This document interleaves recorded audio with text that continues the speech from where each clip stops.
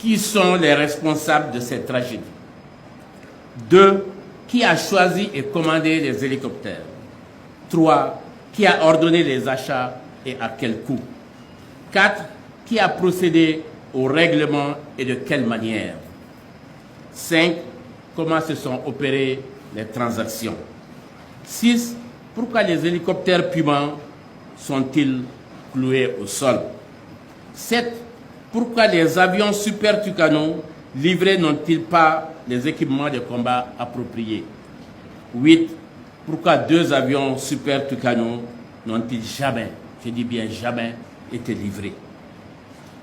Mesdames et messieurs les journalistes, mesdames et messieurs en cette assemblée, il appartient désormais à l'Assemblée nationale du Mali, après enquête, de renvoyer devant les juridictions compétentes toute personne impliquée dans cette cascade intarissable de scandales.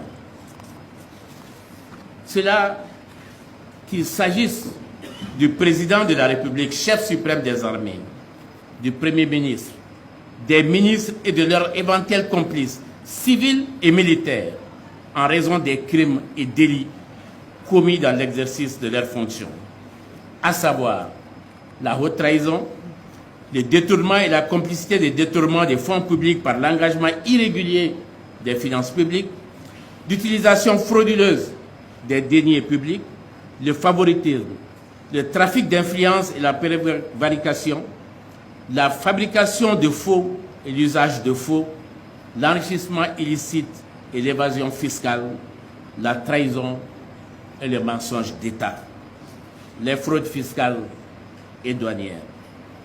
Ces faits sont prévus et punis par les articles 34 et suivants, 102 et suivants, 107 et suivants, 112 et suivants, 120 et suivants, 123 et suivants du Code pénal du Mali et la loi 2014-015 du 27 mai 2014 portant prévention et répression de l'enrichissement illicite au Mali. Plusieurs drames auraient pu être évités et des centaines de vies auraient pu être épargnées et sauvées si notre armée avait été véritablement dotée de moyens aériens adéquats, entre autres équipements d'intervention. On ne combat pas l'ennemi avec des leurres. On ne défend pas son peuple avec des illusions. C'est pourquoi justice doit être faite. C'est pourquoi justice doit être rendue. C'est pourquoi justice doit être appliquée.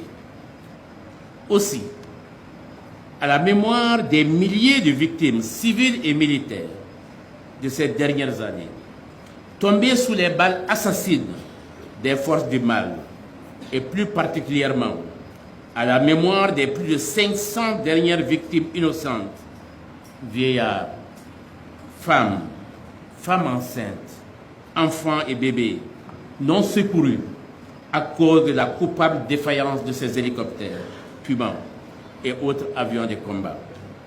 Je vous prie encore une fois de bien vouloir observer 3 minutes de silence. Je vous remercie pour votre dignité et votre respect en leur mémoire. Justice totale pour elles et fin immédiate de l'impunité au Mali. Je vous remercie de votre aimable attention.